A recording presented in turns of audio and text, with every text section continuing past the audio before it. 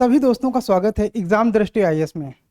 और जैसा कि आप सभी को पता है, हम लोग एग्ज़ाम दृष्टि आईएएस में यूपीएससी के पुराने साल के कुछ क्वेश्चंस डिस्कस करते हैं। बट क्यों?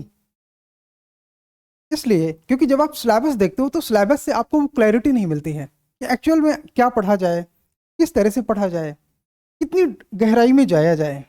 ये बातें नहीं पता चलती। इसलिए हम लोग year by year, topic by topic, पहले तो ईयर बाय ईयर, जैसा कि आप देख पा रहे हो ये 2014 के हैं क्वेश्चंस, ठीक है।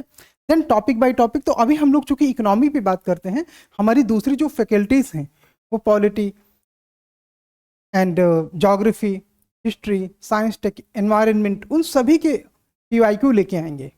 तो चलिए इस सेशन को शुरू करते हैं। 2014 के सिविल सर्विसेज प्रीलिम्स में पूछे गए क्वेश्चन इकोनॉमी के।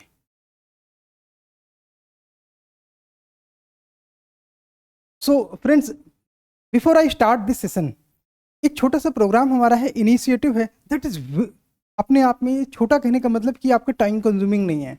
और दूसरी बात यह है कि ये आपको एक्टिव रखेगा। तीसरी बात यह है ये बहुत इफेक्टिव है। इसका नाम है डेली प्रैक्टिस प्रोग्राम्स, जिसमें कि हम लोग यूपीएससी एंड यूपीपीएससी मेंस के आंसर राइटिंग करते हैं डेली, ठीक है। ये डेली प्रोग्राम है, मतलब आपको डेली आंसर लिखना है, 5 आंसर डेली। और आपकी प्रैक्टिस, आपकी जो ट्रेनिंग है वो इस एग्जाम में बहुत ही स्मूथ हो जाएगी, बहुत ही स्ट्रीमलाइन हो जाएगी।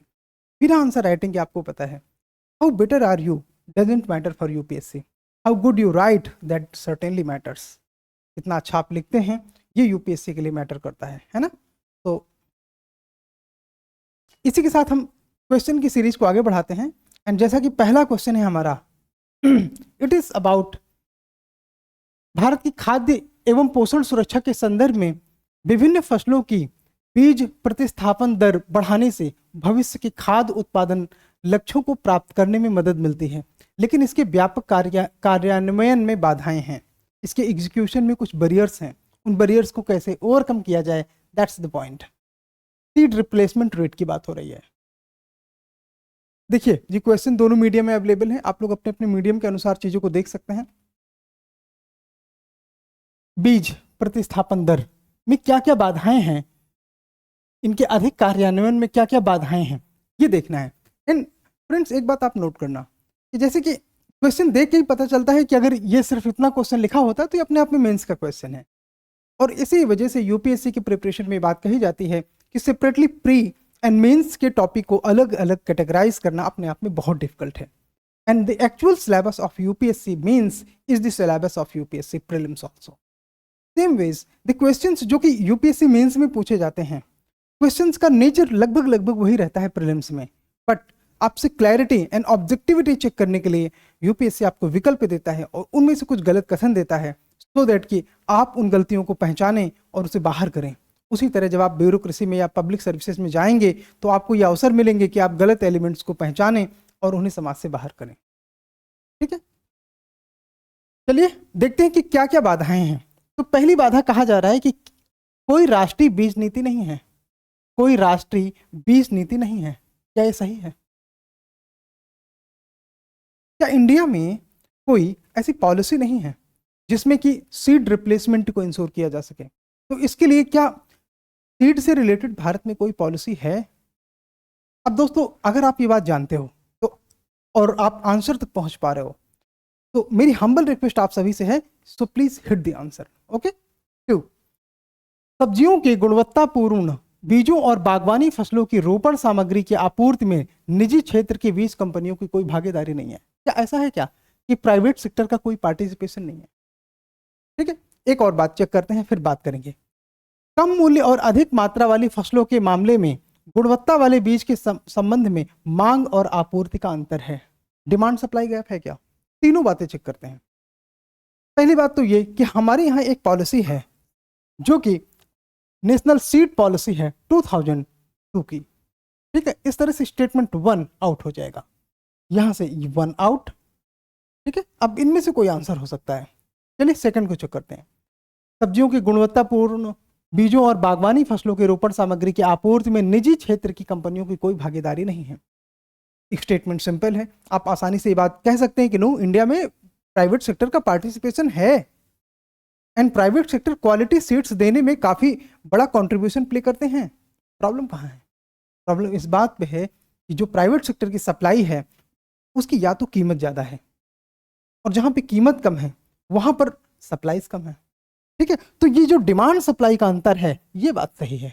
ठीक है, तो और ये बात गलत हो जाती है।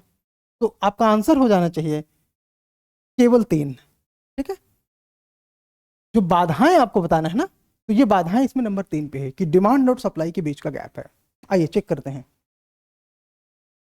क्या आप हाइलाइटर की हेल्प से देख सकते हैं, एंड रेड हॉर्न्स भी हैं बीच में, जो कि आपको आसानी से गलत स्टेटमेंट को हॉर्न करके बाहर करते हैं। आप उसके आधार पर इसके आंसर तक पहुंच सकते हैं।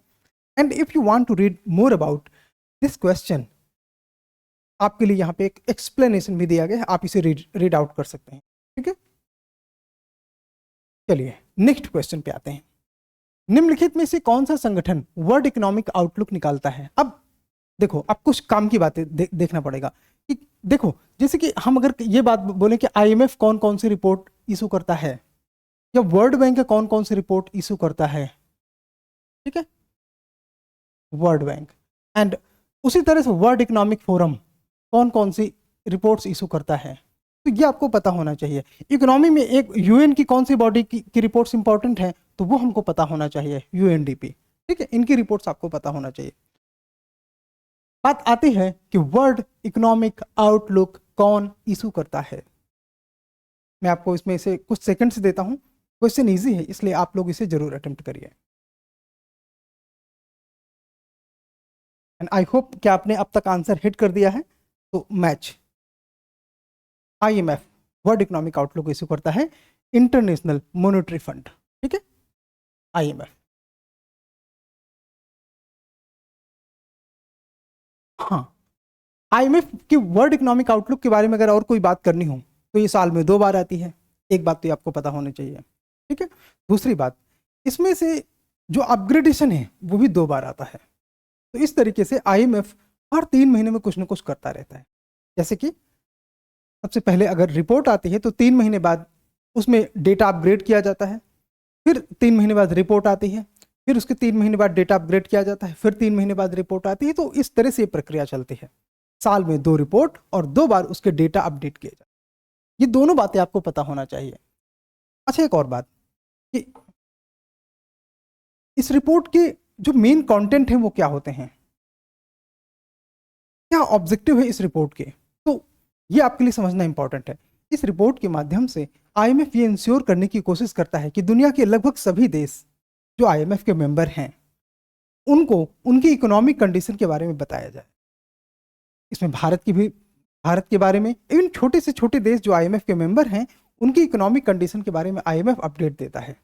उनकी वर्ल्ड मार्केट में ट्रेड पोजीशन क्या है, वर्ल्ड मार्केट में उनका फॉरेक्स सिचुएशन क्या है, किस तरह से वो अपने ट्रेड को कंपेंसेट कर सकते हैं, उसको किस तरह से फाइनेंस कर सकते हैं, उनकी उन सारी सिचुएशन, कितना वो डेट में है, कितना वो डेफिसिट में है, और उनकी जो लोकल इकोनॉमिक कंडीशन है कौन कौन सी हैं जो उनको भविष्य में किसी रिस्क में डाल सकते हैं। इन सभी बातों को आईएमएफ चेक करने के लिए ये रिपोर्ट इशू करता है। द नेक्स्ट क्वेश्चन, निम्नलिखित में से कौन भारत में योजना से संबंधित है? इंडिया में प्लानिंग से रिलेटेड कौन है? ठीक है, प्लानिंग, फाइनेंस कमीशन है क्या? बताइए कमेंट करके। राष्ट्रीय विकास परिषद है क्या? नेशनल डेवलपमेंट काउंसिल को भी बता सकते हैं। केंद्रीय ग्रामीण विकास मंत्रालय, अब ये एग्जीक्यूटिव बॉडी है। चलिए हम बता देते हैं कि एग्जीक्यूटिव बॉडीज जितनी हैं तो एज ए एग्जीक्यूटिव फंक्शन उनका प्लानिंग में कोई भी कंट्रीब्यूशन नहीं लिया जाता, इनको बाहर कर दीजिए। ठीक है, दोनों को। फिर इसके बाद आते हैं संसद। तो संसद क्या प्लानिंग में कोई रोल प्ले करता है? आइए देखते हैं। देखो, जब भी फाइनेंस कमीशन, ये वित्त आयोग है फाइनेंस कमीशन, तो फाइनेंस कमीशन बेसिकली सेंटर और स्टेट के बीच में जो डिविजिबल पूल होता है उसके बीच में फंड एलोकेशन में अपना रोल प्ले करता है, और इस तरह से किसको कितना फंड मिलेगा उसके आधार पर प्लानिंग कमीशन नॉर्मली अपनी प्लानिंग से संबंधित एक्टिविटीज को इंश्योर करता था। प्लानिंग कमीशन हेल्प लेता है फाइनेंस कमीशन के डेटा की, फाइनेंस कमीशन की रिपोर्ट्स की, लेकिन फाइनेंस कमीशन का डायरेक्ट प्लानिंग में कोई रोल नहीं होता, इसलिए 1 आउट। अब देख लेते हैं 1 3 4 आउट। 1 आउट अगर आप कर सकते हैं तो भी आपका आंसर आ जाता है ना। अगर आप 3 आउट कर सकते हैं, ये देखिए 3 आउट हो गया। 4 आउट कर सकते हैं, 4 आउट हो रहा है। आप देखिए हर हाल में एक ऑप्शन बच ही रहा है, सिर्फ एक ही बच रहा है। चलो ये तो एलिमिनेशन हुआ, लेकिन अब बात करते हैं क्या आज की डेट में एलिमिनेशन काम कर रहा है? करे नहीं, बिकॉज आज की डेट में यूपीएससी जब क्वेश्चन पूछता है तो उसमें से वो एक नया पैटर्न उसने पूछना शुरू कर दिया है, और वो ये है कि इनमें से कितने कथन सही हैं, कितने कथन सही सम्मिलित हैं, how many statements of are correctly matched, इस तरह के क्वेश्चन पूछे जाते हैं। तब एलिमिनेशन काम नहीं करता। तब ऑप्शन में ये 1 2 3 4 1 4 2 5 ये ऐसे होते नहीं है। तब होते हैं कि केवल 2 कथन सही, केवल 3 कथन सही, केवल 4 कथन सही, ऐसे स्टेटमेंट होते हैं, और वहां पे एलिमिनेशन काम नहीं करता। तो आपको पता होना चाहिए कि सटीक आंसर क्या है। तो हमने एलिमिनेशन तो समझ लिया, अब देखते हैं सटीक आंसर क्या है। नेशनल डेवलपमेंट काउंसिल जो है एनडीसी, इसकी मीटिंग में यूनियन के मेंबर और स्टेट के मेंबर पार्टिसिपेट करते हैं। नॉर्मली फाइनेंस मिनिस्टर स्टेट के और यूनियन के पार्टिसिपेट करते हैं, and in case finance minister is not present, state government जिस भी रिप्रेजेंटेटिव को भेजती है, किसी दूसरे मंत्री को भेजती है, किसी प्रतिनिधि को भेजती है, तो वो उसमें पार्टिसिपेट करता है। यहाँ पे ब्यूरोक्रेट्स को भी भेज सकते हैं स्टेट गवर्नमेंट, ये आपको पता होना चाहिए। कई बार चीफ सेक्रेटरी को भेज देते हैं, ठीक है। सो नेशनल डेवलपमेंट काउंसिल का प्लानिंग में डायरेक्ट रोल है, उत्तर है सही। और अगर हम संसद की भूमिका की बात करें, तो जब member of parliament local area development fund की बात होती है, तो एमपी लैड के मामले में संसद की भूमिका है, ठीक है। इस तरह से जो आपका आंसर हो जाता है वो 2 और 5।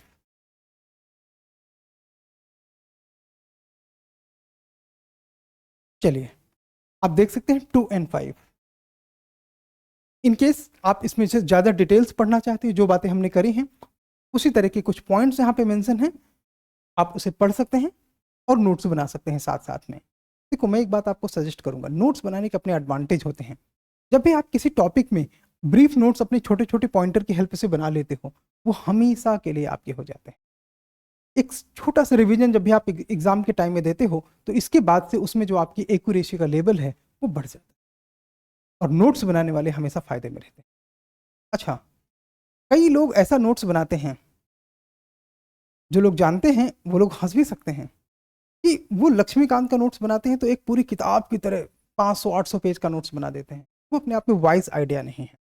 नोट्स हमेशा छोटे होने चाहिए, ब्रीफ होने चाहिए, क्रिस्प होने चाहिए। क्रिस्प कहने का मतलब ये वो सटीक पॉइंट होने चाहिए जिनके आधार पर उस विषय को, उस कॉन्सेप्ट को आप एक्सप्लेन कर सकें, ठीक है। हाँ, हम लोग नए क्वेश्चन पे हैं, देखते हैं 12वीं पंचवर्षीय योजना का मुख्य उद्देश्य क्या है। अब देखो ये स्टेटमेंट छोटे हैं, लेकिन अगर किसी को सीधे सीधे याद है कि 12वीं पंचवर्षीय योजना के उद्देश्य क्या है, अब आपको उद्देश्य कैसे पता चलेंगे? जब 12th 5 ईयर प्लान आया था, तब 4-5 उद्देश्य नहीं लिखे थे, उसमें मोर देन 20 ऑब्जेक्टिव्स लिखे थे, कम से कम 20 से ज्यादा उद्देश्य लिखे थे। तो अच्छा, यहाँ पे जो शब्दों का प्रयोग है, समावेशी विकास, गरीबी में कमी, दूसरा समावेशी विकास, सतत विकास, तो आप पाएंगे कि सभी कुछ मेंशन है। 12th 5 ईयर प्लान, 12वीं पंचवर्षीय योजना के ऑब्जेक्टिव्स में ये सभी चीजें मेंशन है जितने आपको दिखाई देते हैं। तो इसमें सही उत्तर पाना क्या है? इसीलिए मैंने बोला था कि कई सरल से दिखने वाले क्वेश्चन से गलत होते हैं, ठीक है। और जब ये प्रश्न पूछे गए थे तब बहुत सारे बच्चों के इस तरह के क्वेश्चन गलत होते थे। क्यों? बिकॉज ये 12वीं पंचवर्षीय योजना से संबंधित क्वेश्चन अकेले कहा जाए तो नहीं है। आप चाहे जितना 12वीं पंचवर्षीय योजना पढ़ के रखे हो, आप इसमें से एलिमिनेट नहीं कर सकते, क्योंकि ये सारे बिंदु जितने लिखे हुए हैं, चाहे हम बात करें समावेशी विकास की, गरीबी में कमी की, समावेशी विकास, सतत विकास की, बेरोजगारी को कम करना, और ये सारी चीजें, टिकाऊ विकास और तेज विकास, ये सारी चीजें 12वीं पंचवर्षीय योजना में पाई जाती हैं। That's why it is difficult. तो ये क्वेश्चन है किसका? Indian economic development. आपको सबसे पहले आइडेंटिफाई करना पड़ेगा कि गरीबी में कमी की बात सबसे पहले कब की गई थी। 5वीं योजना थी, मैडम इंदिरा गांधी ने गरीबी में कमी के लिए गरीबी हटाओ का नारा दिया था। तब से ये लगभग हर प्लान का हिस्सा है, ठीक है। इसलिए हम इसको आउट करेंगे, बिकॉज इसकी चर्चा सबसे पहली बार कब की गई थी? 5वीं पंचवर्षीय योजना। दूसरी बात, समावेशी और सतत विकास, सस्टेनेबल डेवलपमेंट की बात की गई थी 11th 5 ईयर प्लान्स में। ठीक है, और बेरोजगारी कम करने के लिए सतत एवं समावेशी विकास, तो यहाँ पे भी बेरोजगारी की बात है, अनएम्प्लॉयमेंट की बात है। अगेन 1982 का जो 2020 प्रोग्राम था उसमें मैडम इंदिरा गांधी ने बेरोजगारी को कम करने की बात की थी, तो ये अपने आप में बाहर हो जाता है। अगर एग्जैक्ट बात करें तो तेज, टिकाऊ और अधिक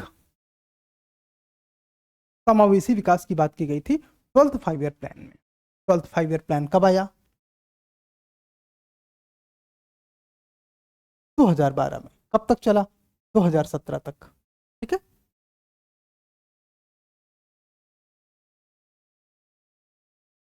2012 से 17। ठीक है, इसके बारे में कई और छोटे छोटे अपडेट्स अगर आपको पता होने चाहिए तो लाइक दैट, नरेंद्र मोदी ने किस 5 ईयर प्लान को लागू करने में हेल्प करी, या एनडीए गवर्नमेंट ने किस 5 ईयर प्लान को लागू करने में कोई कंट्रीब्यूशन किया? ये था, बिकॉज 2014 में एनडीए की मोदी जी की सरकार आ गई थी। उस समय के बाद 5 ईयर प्लान तो कंटिन्यू था 2017 तक। हालांकि नीति आयोग आ गया था 2014 में ही, नीति आयोग ने पर्सपेक्टिव प्लान बनाने शुरू कर दिए थे, लेकिन तब भी ये प्लान 2017 तक चला। ठीक है, या ये कहा जाए कि कौन लास्ट चेयरमैन था प्लानिंग कमीशन का, तो वो भी क्वेश्चन कुछ सिमिलर सा है, बिकॉज प्लानिंग कमीशन को कब खत्म किया गया? 2014 में, जब मोदी जी प्राइम मिनिस्टर बने। तो इससे पहले प्लानिंग कमीशन खत्म होता, प्राइम मिनिस्टर उसका एक्स ऑफिशियो चेयरमैन होता है, इसलिए नरेंद्र मोदी जी ही उसके अंतिम चेयरमैन कहे जाएंगे। ठीक है, तो इस तरह से कई सारी चीजें हैं जो कि आपको लिंक करना, और अपनी समझ के आधार पर जब आप इसे सॉल्व करने की कोशिश करेंगे तो वो आपके लिए इजी होगा।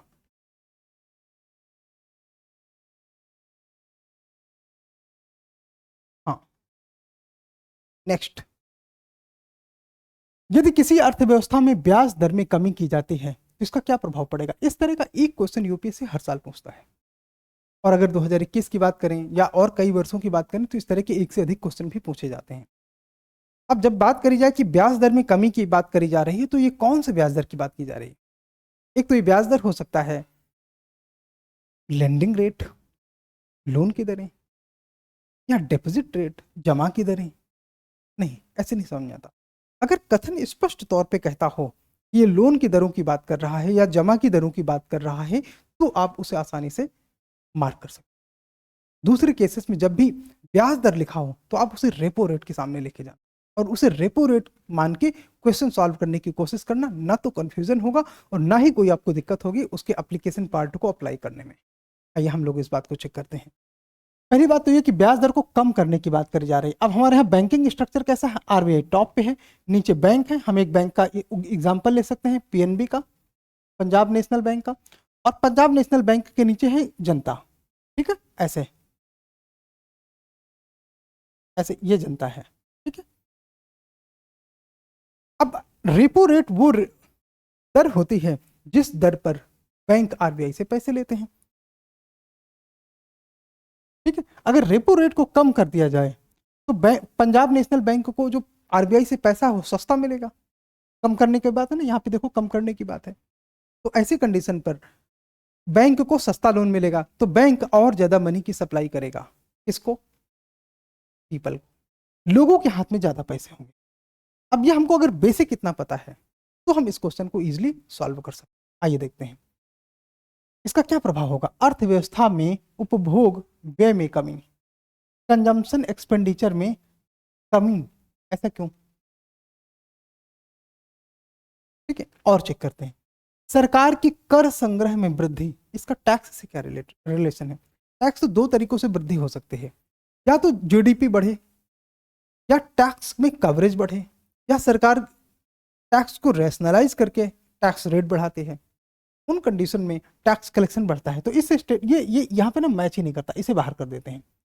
अर्थव्यवस्था में निवेश में वृद्धि पे विचार कर सकते हैं, और अर्थव्यवस्था में कुल बचत में वृद्धि, सेविंग। एक बात बताइए, सेविंग कब होगा? जब बैंक जनता को ज्यादा ब्याज दर देंगी तो सेविंग ज्यादा होगी। कैसे? जैसे मान लीजिए कि हमने पंजाब नेशनल बैंक की एग्जांपल करी, दूसरा एग्जांपल लेते हैं पीएनबी का। ये पंजाब नेशनल बैंक है और पंजाब नेशनल बैंक में कोई पर्सन, मान लेते हैं ये पर्सन है एक्स।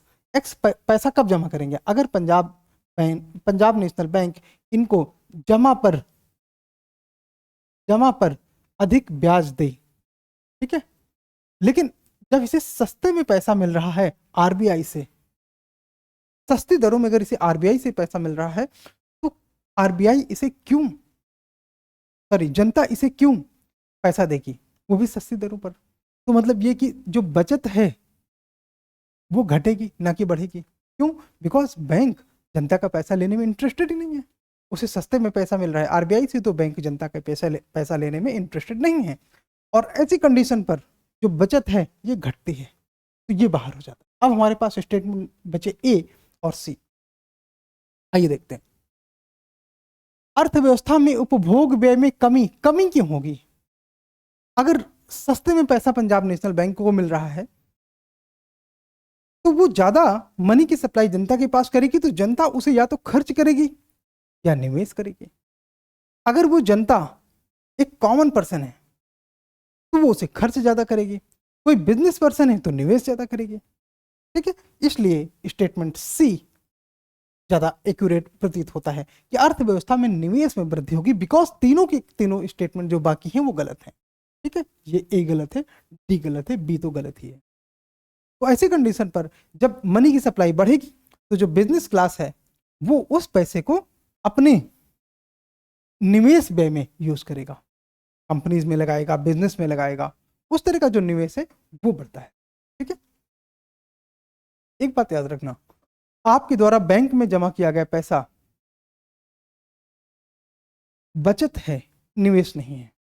ठीक है, आपके द्वारा स्टॉक मार्केट में लगाया गया पैसा निवेश है, आपके द्वारा किसी कंपनी में लगाया गया पैसा निवेश है, आपके द्वारा कैपिटल की खरीद, कैपिटल पूंजी, अगर आप कोई मशीन खरीदते हैं, कोई फैक्ट्री खरीदते हैं, कोई इक्विपमेंट खरीदते हैं जिसके माध्यम से आप और ज़्यादा पैसा कमाना चाहते हैं, जैसे कि एक किसान की बात करें, अगर वो एक ट्रैक्टर खरीदता है तो उस ट्रैक्टर से और ज़्यादा प्लाविंग कर सकता है, जुताई कर सकता है और पैसे कमा सकता है, तो वो निवेश है, वो निवेश एक्सपेंडिचर है।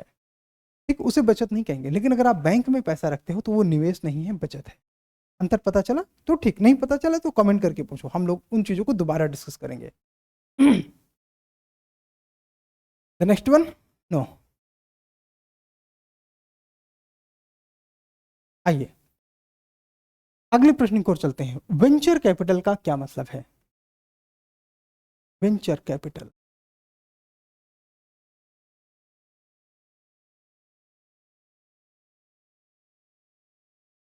ठीक है, देखो, वेंचर कैपिटल वो पैसा होता है जो कि वेंचर कैपिटल फंड में जमा होता है। इसको स्टार्टअप शुरू करने के लिए जो स्टार्टअप एंटरप्रेन्योर हैं वो वेंचर कैपिटल फंड के पास जाते हैं। ये वेंचर कैपिटल फंड किसी बैंक, किसी फाइनेंशियल इंस्टीट्यूशन, किसी नॉन बैंकिंग फाइनेंशियल कंपनी के पास हो सकते हैं, जिसमें कि उन्हें सस्ती दरों पर लंबे समय के लिए पैसा मिल जाता है। जब सस्ती दर कहा जाए तो नॉर्मली जरूरी नहीं कि बैंक की दर से सस्ता हो, लेकिन उस रेट पर बिना सिक्योरिटी के लंबे समय के लिए जो पैसा आपको वेंचर कैपिटल फंड दे सकते हैं या एंजल इन्वेस्टर दे सकते हैं, वो शायद आपको और कहीं से नहीं मिल सकता बिजनेस शुरू करने के लिए। ठीक है, तो वैसी कंडीशन पर वेंचर कैपिटल फंड स्टार्टअप्स के लिए दिया जाने वाला पैसा है जो कि लॉन्ग टर्म के लिए होता है। क्योंकि स्टार्टअप 2-4 साल में हो सकता है प्रॉफिट ना कमाएं, लेकिन हाँ लंबी अवधि में उनकी जो प्रॉफिट की एक्सपेक्टेशन है, जिनके चलते स्टार्टअप्स को लोन मिल जाता है। ये देखते हैं, उद्योगों को अल्पकालिक पूंजी की बात नहीं है पहले तो, ठीक है। और दूसरी बात, जब उद्योगों कहा जाता है तो अपने आप में वेग टर्म है, क्लियर नहीं कि वो स्टार्टअप है या गैर स्टार्टअप है। नए उद्यमियों को दीर्घकालिक स्टार्टअप पूंजी, तो जैसे कि हमने बात करी थी, यहां से हमारा आंसर मिल जाता है। लेकिन चूंकि हमको अपनी क्लैरिटी बिल्ड करने के लिए और भी स्टेटमेंट्स को देखना पड़ेगा, सो लेट्स एग्जामिन। घाटे के समय उद्योग को धन उपलब्ध कराना नहीं, उद्योगों के प्रतिस्थापन एवं नवीनीकरण हेतु धनराशि, नो, ये देखो, उद्योगों के प्रतिस्थापन और नवीनीकरण की आवश्यकता किसको होती है? जो मैच्योर इंडस्ट्रीज होती हैं, जो लंबे समय से बिजनेस ऑपरेशन में है, उनको प्रतिस्थापन या नवीनीकरण की आवश्यकता होती है। ये उन पर लागू नहीं होगा बाहर। ठीक है। आप इसका एक्सप्लेनेशन पढ़ सकते हैं। यस। Next question. कभी कभी समाचारों में आने वाली सीमांत सुविधा दर यानी कि मार्जिनल स्टैंडिंग फैसिलिटी और शुद्ध मांग समय देयताएं, नेट डिमांड एंड लाइबिलिटी किसके संबंध में होता है? तो बहुत सिंपल है, बैंकिंग परिचालन में। अब एमएसएफ किसके लिए होता है? एमएसएफ जब बैंकों के पास अपने सीआरआर कोटे को मैच करने के लिए कैश की क्रंच हो जाती है, तो वो अपने एनडीटीएल का 1%, ठीक है, एसएलआर कोटे को यूज करते हुए, तो एसएलआर कोटा कितना यूज कर सकते हैं? मैक्सिमम 3%। तो एसएलआर कोटे को यूज करते हुए अपने एनडीटीएल के 1% के बराबर वो पैसा आरबीआई से इमीडिएटली फॉर द ओवरनाइट ले सकते हैं, एक दिन के लिए ले सकते हैं। नॉर्मली ये कुछ घंटे के लिए होता है, कुछ सेकंड के लिए होता है। ठीक है, तो ये इसका बेसिक मैकेनिज्म है। तो अब आप इससे पता चल गया कि हाँ, एनडीटीएल का 1% और एसएलआर का 3% कोटा यूज करते हुए एमएसएफ को अपने इमीडिएट कैश क्रंच के लिए यूज किया जा सकता है। किसके? तो ये टर्म कहाँ पे यूज होते हैं? बैंकिंग परिचालन। ठीक है। अब एनडीटीएल क्या है?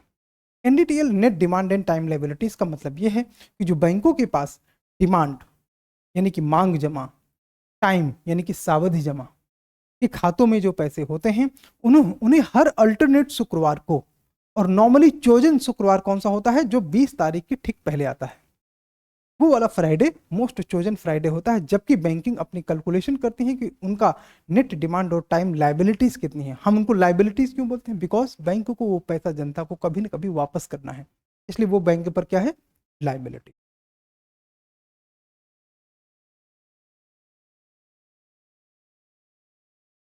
हाँ। नेक्स्ट, शाखा रहे क्षेत्रों में बिजनेस करेस्पॉन्डेंस, इसको बैंक साथी भी बोलते हैं।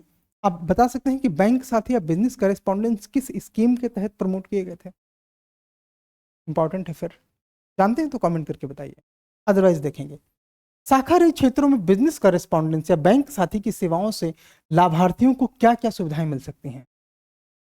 तो जो बिजनेस करेस्पॉन्डेंस है या बैंक मित्र है, बैंक साथी, तो ये क्या क्या सुविधाएं देते हैं? नॉर्मली आपको कोई छोटी जमा करनी है तो आप उनके माध्यम से अपने बैंक खाते में पैसा जमा कर सकते हैं, छोटे मोटे क्रेडिट के लिए अप्लाई कर सकते हैं। ठीक है। और इंश्योरेंस पॉलिसीज या कोई प्रोडक्ट ले सकते हैं, सेविंग अकाउंट के से संबंधित और जो दूसरी स्कीम्स हैं उनका फायदा उठा सकते हैं, अपने खातों की जांच कर सकते हैं कि आपके खाते में कितना पैसा है। तो इस तरह से कई तरह की सुविधाएं ये आपको ऑफर करते हैं। यह लाभार्थियों को अपने गांव में सब्सिडी और सामाजिक सुरक्षा बेसिकली इंश्योरेंस होता है, और सब्सिडी जो गवर्नमेंट की तरफ से मिलती है प्रदान करने में सक्षम बनाता है। यस। यह ग्रामीण क्षेत्रों में लाभार्थी को जमा और निकासी के लिए सक्षम बनाता है, यह भी सही है। तो इस तरह से आपके दोनों कथन सही। ठीक है। हम्म। चलिए, भारतीय अर्थव्यवस्था के संदर्भ में निम्नलिखित कथनों में से कौन सा वैधानिक आरक्षित आवश्यकताओं का उद्देश्य है? स्टेचुरी रिजर्व रिक्वायरमेंट का ऑब्जेक्टिव क्या है? ठीक है। अब स्टेचुरी रिजर्व रिक्वायरमेंट बेसिकली होते क्या क्या है, आइए समझते हैं। जैसे कि अगर बैंक के पास एनडीटीएल है 100 रुपए, ठीक है, तो इसमें से बैंक कितना पैसा लोन में दे सकते हैं? जब हम आपको बताएंगे मनी मल्टीप्लायर, तब आप इन चीज़ों को और डिटेल से एक बार देखेंगे और आपको काफ़ी हद तक ये और अच्छे से समझ में आएगा। फिलहाल के लिए देखते हैं, 100 रुपए अगर बैंक के पास एनडीटीएल है, तो इसमें से बैंक कितना, क्या पूरे 100 रुपए लोन में दे सकती है? आपको 100 रुपए बहुत कम लग रहा है, उसे आप 100 करोड़ कह सकते हैं, है ना, या 1000 करोड़ कह सकते हैं। सुविधा के लिए हमने छोटा नंबर लिया ताकि आप मैथमेटिकल कैलकुलेशन किसी और क्लास में करें। इसमें से उसे 4% तो सीआरआर के तौर पर रखना पड़ेगा, किसके पास? आरबीआई के पास। कैश में। 18% अप्रोक्सीमेट है, उसे SLR के तौर पर रखना पड़ेगा। अब किसके पास? अपने पास, तो ये बैंक के पास हो जाएगा। ठीक है, अब ये SLR का स्ट्रक्चर क्या होता है? इसमें कुछ कैश होते हैं, कुछ गोल्ड होता है और कुछ गवर्नमेंट अप्रूव्ड सिक्योरिटीज होते हैं। तो 22% ये अपने आप में क्या हो गया? रिजर्व। इनको दोनों को जोड़ लीजिए, 22%। ठीक है, तो ये 22% वो मनी है जिसको बैंक लोन में नहीं दे सकते। अब बात करते हैं कि जब ये 22% बैंक लोन नहीं दे सकते तो क्या यही रिजर्व रिक्वायरमेंट है? यस। इसकी उद्देश्य क्या है, यहां पे हमारा क्वेश्चन है। देखते हैं, केंद्रीय बैंकों द्वारा दी जाने वाली अग्रिम राशि को नियंत्रित करने में सक्षम बनाना, to enable the central bank to control the amount of bank can create. No, bank कितना भी पैसा क्रिएट करे, इससे आरबीआई को क्या दिक्कत है ना? बट अगर आरबीआई को कोई दिक्कत नहीं है तो ऐसे में बैंक इन्फ्लेशनरी सिचुएशन पैदा कर सकते हैं। तो जो आरक्षित कोटा होता है, CRR SLR, अगर उसे घटा दे तो आरबीआई बैंक ज्यादा से ज्यादा पैसे जनता को दे सकती है। अगर आरबीआई उसे बढ़ा दे तो 22 की जगह 24% भी हो सकता है, 25% भी हो सकता है। मान लीजिए SLR बढ़ा दिया जाए 20% तक, है ना? तो वैसी कंडीशन में बैंक का जो मनी क्रिएशन है वो कम हो जाएगा। इसका मतलब यह है कि बैंक कितना मनी क्रिएट करे या कितना मनी मल्टीप्लाई करे, इससे आरबीआई को लेना देना है। ठीक है, एक बात इसको हम ध्यान में दे सकते हैं, ये अपने आप में काफी सुइटेबल स्टेटमेंट है।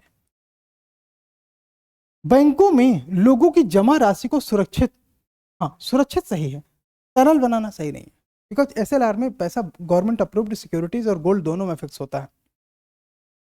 Government approved securities and gold cash की तुलना में कम लिक्विड हैं, तो कैश को गोल्ड में कन्वर्ट करना अपने आप में तरलता को घटाता है। कैश को गवर्नमेंट अप्रूव्ड सिक्योरिटीज में कन्वर्ट करना अपने आप में लिक्विडिटी को कम करता है। ठीक है, इसके अलावा ये बाहर, अब इसके हिसाब से आउट आउट आउट आंसर आ गया। लेकिन और भी चेक करते हैं, मे बी कि कोई और ज्यादा अप्रोप्रिएट चांस हो दूसरा आंसर बनने की। देखते हैं, वाणिज्यिक बैंकों को अत्यधिक लाभ कमाने से रोकना। नहीं, वाणिज्यिक बैंक का प्रॉफिट बढ़े, इससे आरबीआई को कोई दिक्कत नहीं है। ठीक है, ये बाहर। प्रॉफिट कैसे बढ़ सकता है कि जैसे मान लीजिए इनके पास 78% अगर बचा, एक एग्जांपल मान लेते हैं कि 78% इनके पास पैसा बचा लेंडिंग करने के लिए, तो वो लेंडिंग किसी भी तौर पे कर सकते हैं। प्राइमरी सेक्टर लेंडिंग में जो उनको लेंडिंग करनी है उसमें उनको प्रॉफिट कम होगा। जो कॉर्पोरेट हाउसेज में, बिजनेस में, इन्वेस्टमेंट में अगर वो पैसा लगाते हैं तो उनको ज्यादा प्रॉफिट होता है। तो आरबीआई को इस बात से दिक्कत नहीं अगर बैंक अपना प्रॉफिट मल्टीप्लाई करता है तो। ठीक है, 3 आउट। बैंकों को उनकी दैनिक आवश्यकताओं को पूरा करने के लिए पर्याप्त तिजोरी में कैश रखने के लिए बाध्य करना। कैश रखने के लिए CRR SLR नहीं होते, क्योंकि CRR का पैसा तो आरबीआई के पास चला जाता है। तो इस तरह से वो इसका ऑब्जेक्टिव नहीं है। कैश मेंटेनेंस के लिए आरबीआई अलग से टर्म्स एंड कंडीशन बैंकों को प्रोवाइड करती है। ठीक है, तो वो यहाँ पे नहीं होगा। वैसे भी आपका आंसर आ चुका है, आपने एलिमिनेशन के लिए जो है और ज़्यादा एलिमिनेशन से ही आंसर कर लिया था, बट अपनी अंडरस्टैंडिंग डेवलप करने के लिए, चीज़ों में अपनी समझ बढ़ाने के लिए सभी कथनों को आपने अच्छे से एग्जामिन किया। ठीक है, हाँ, इसमें से आप और डिटेल पढ़ना चाहते हैं तो ये आपके सामने डिटेल्स हैं, आप इसे देख सकते हैं। ठीक है, आइए देखते हैं नेक्स्ट क्वेश्चन। टूथपेस्ट खरीदते समय आप बिक्री कर चुकाते हैं। पहली बात तो ये जो बिक्री कर या सेल्स टैक्स वगैरह है सब जीएसटी में खत्म हो गए हैं, लेकिन यूपीएससी की टेंडेंसी है कि वो हर साल या 2 साल में एक आध क्वेश्चन या स्टेटमेंट ऐसा डाल देते हैं जो अब एग्जिस्ट नहीं करता, बट वो पहले कभी नॉइज में था। ठीक है, तो सेल्स टैक्स के बारे में, चलिए सेल्स टैक्स के बारे में थोड़ी सी डिटेल जान लेते हैं। ये किसके द्वारा लगाया जाता है? स्टेट गवर्नमेंट के द्वारा। कलेक्शन किसके द्वारा किया जाता है? स्टेट गवर्नमेंट के द्वारा। इतनी बात अगर आप जानते हैं तो अब आप पूरे जो है ऑप्शंस को आप एग्जामिन कर सकते हैं कि केंद्र सरकार द्वारा लगाया गया कर नहीं, हमने बोला स्टेट के द्वारा है। केंद्र सरकार द्वारा लगाया गया कर नहीं, स्टेट के द्वारा लगाया गया है। लेकिन राज्य सरकार के द्वारा एकत्रित किया जाता है, हाँ ये बात ठीक है, बट ये गलत है तो ये बाहर। एक भी गलती ऑप्शन को गलत कर देती है।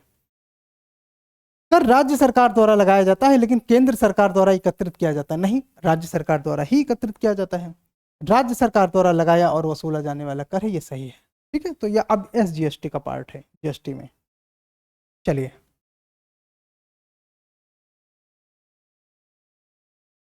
आइए देखते हैं। भुगतान संतुलन के संबंध में निम्नलिखित में से चालू खाता क्या बनाता है? देखो बात, क्वेश्चन है बैलेंस ऑफ पेमेंट से रिलेटेड, ठीक है। Balance of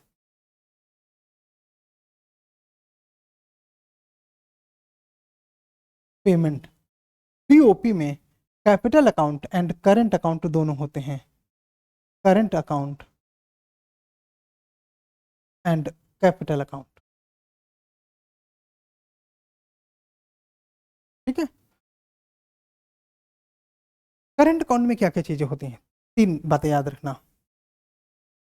balance of trade, ये balance of trade import and export है। सर्विसेज को आप इनविजिबल्स बोलते हैं, इनविजिबल्स,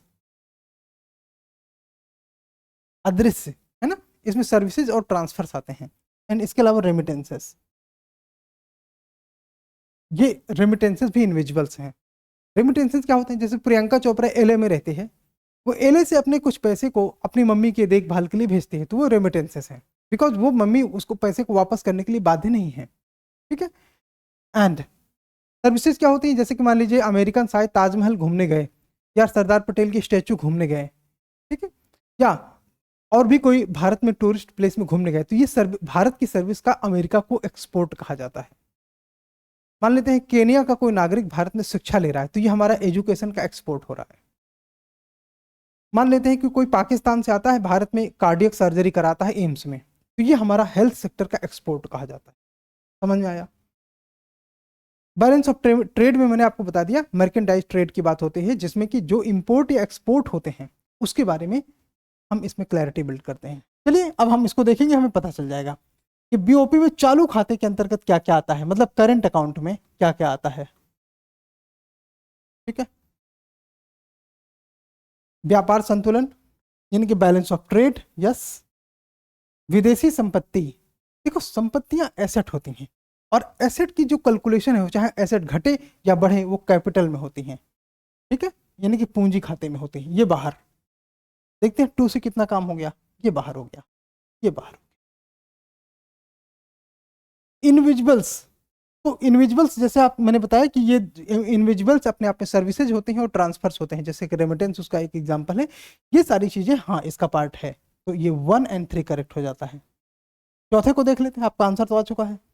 विशेष आरक्षण अधिकार, नो, एसडीआर की बात है। एसडीआर जो है वो कैपिटल अकाउंट का पार्ट है, ठीक है। तो यहां पर ये आपका आंसर हो गया।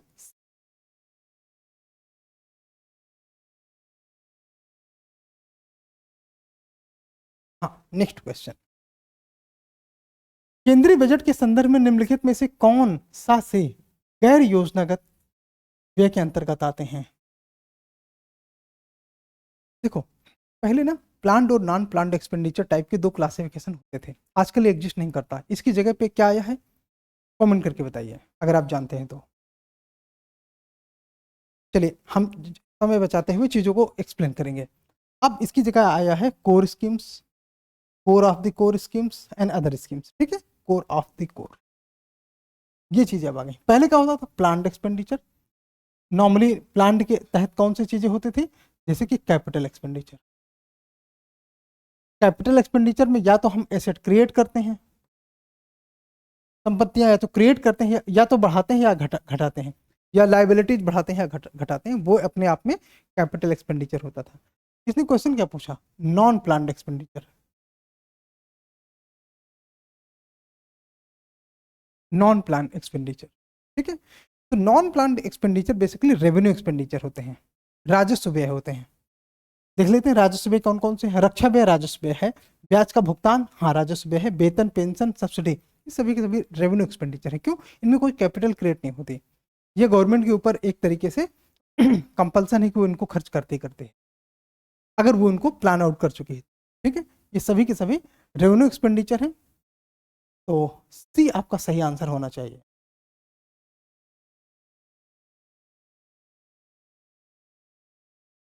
हाँ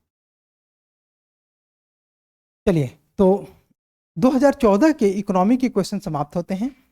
आप लोगों को इस प्रोग्राम के बारे में मैं एक बार फिर से छोटा सा अपडेट दे देता हूं कि आप डेली प्रैक्टिस प्रोग्राम का मेंस का हिस्सा बन सकते हैं, ठीक है। जिसमें कि अच्छा एक बात और, डेली प्रैक्टिस प्रोग्राम प्रीलिम्स भी हम लोग जल्दी प्लान आउट कर रहे हैं, जो कि यूपीएससी प्रीलिम्स के लिए आपको कोई एक प्लान के साथ आएंगे, जिसमें कि डेली प्रैक्टिस के लिए प्रीलिम का भी आपको अवसर मिलेगा। फिलहाल हम मेंस की अगर बात करते हैं तो इसमें 100 डेज का डेली प्रैक्टिस प्रोग्राम चल रहा है। इसको अगर आप ज्वाइन करना चाहते हैं तो नीचे दिए हुए नंबर पे आप कॉल कर सकते हैं और एग्जाम दृष्टि के डेली प्रैक्टिस प्रोग्राम का हिस्सा बन सकते हैं। ठीक है, तो थैंक यू सो मच।